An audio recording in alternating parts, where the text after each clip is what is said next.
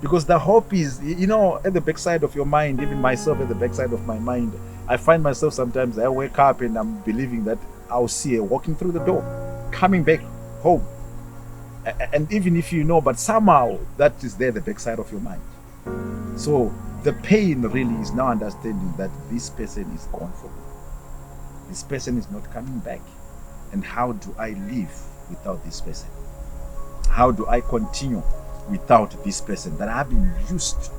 So those things, they have a deep effect, because in your heart, your mind can really know, but your heart will refuse to accept the reality. So it's a process that you go through. Those are things that really destroy you. And it's not just about, maybe people would talk about, I remember when my wife passed on, and everyone is up to remove the pictures, remove all this, so you don't get to, they won't remind you. When you have been in a relationship, or you have lost a wife or a husband, you don't need anything even to remind you, because they've left an imprint that is inside your heart. So before you see the pictures, before you see anything, already in your heart is there. So you can't remove that from the heart, because that person has been with you. So the memory of that person and everything will stay in your heart for good.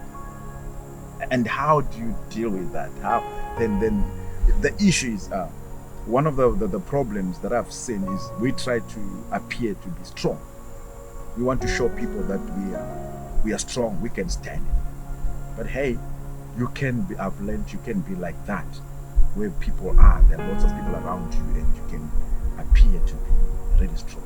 But when it comes during the night, where you are on your own, and you are faced with the reality, you are faced with the four walls of your home, and there you are, and maybe as a husband, there you are lying on the bed that you've shared together.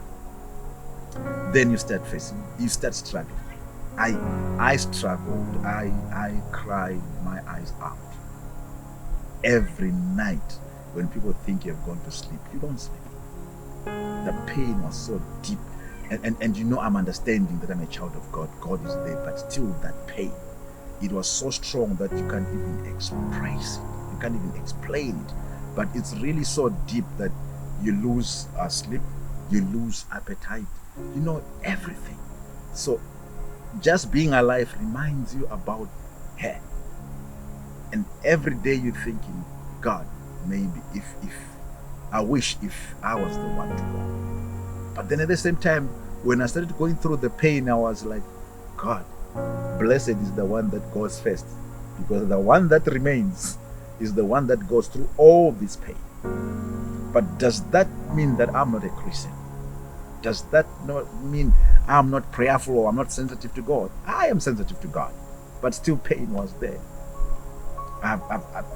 It numbs everything, because you have moments where you're really saying you don't know how to comfort yourself, how to get out of that pain. I remember there are moments when I would just, get into my car, drive. I just drive anyway. I don't have destiny, but I feel I just want to keep on moving, driving, and I've done 200 Ks, I've done 300 Ks. If someone would ask me where are you going, I'd know. No any destination. There was no destination. But it's just you're trying to find yourself. You're trying to find yourself. And the difficult aspect of it is, from my point as a pastor, is I've got to be strong for the sheep that I'm leading. But at the same time, I've got to be real and experience the pain. How do you go to the people that you're supposed to be strengthening? You go there for help for them to strengthen.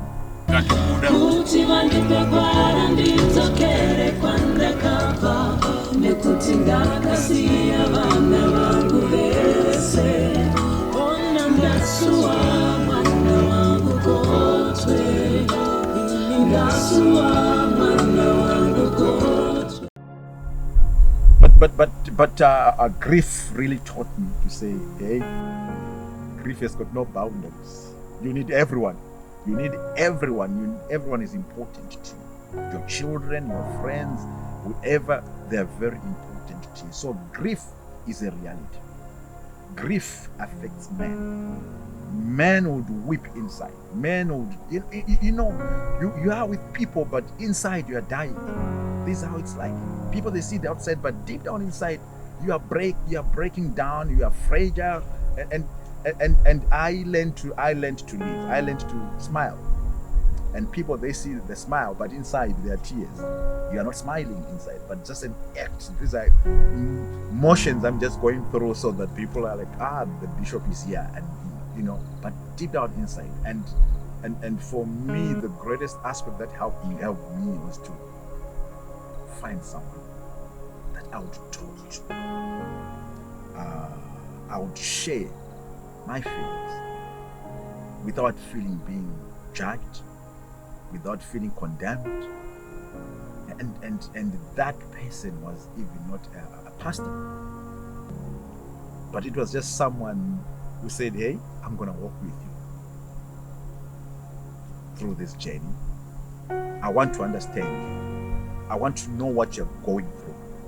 Because it's not about written books. That's one of the things that I want to tell you about grief.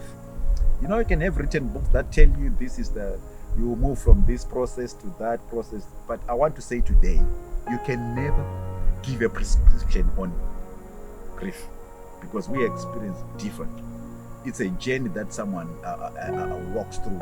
The books and all these may be just sort of guidelines, but that are just giving you the area, maybe to understand the location, but not really the dots of what's happening in your life. You get to experience it on your own, and you get to speak about it. Like even as right now, as I'm speaking, there's a book that is on the line that is coming that I've wrote about grief, taking from personal experience. To say when you have this pain, it doesn't mean that God is not there. Because the same pain that I'm going through, I went through, I understand. That was the same pain God experienced when Jesus was on the cross.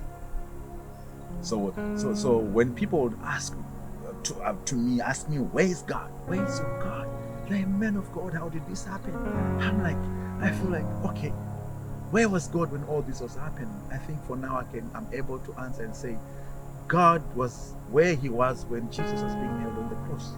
When he was dying and he's there, that's the same place that he is. And so this experience of grief, I want us to open up as we move forward. We'll talk more about this. But I just want to open someone's mind as men to say it's all right to cry.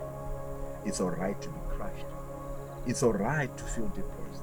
But let's talk about it. Let's come out. Let's have someone who will walk with us.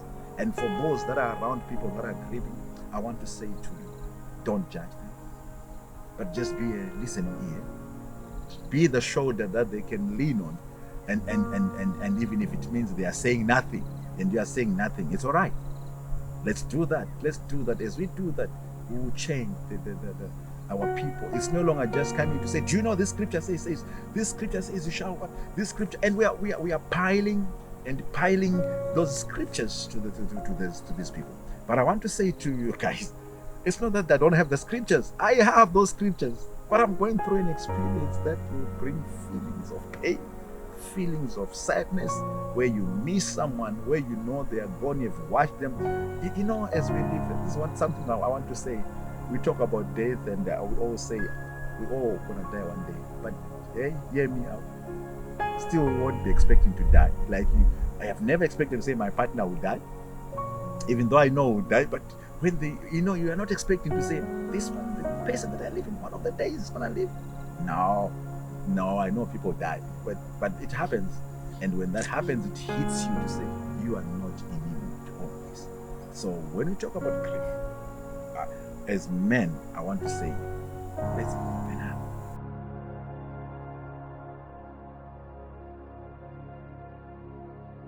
up.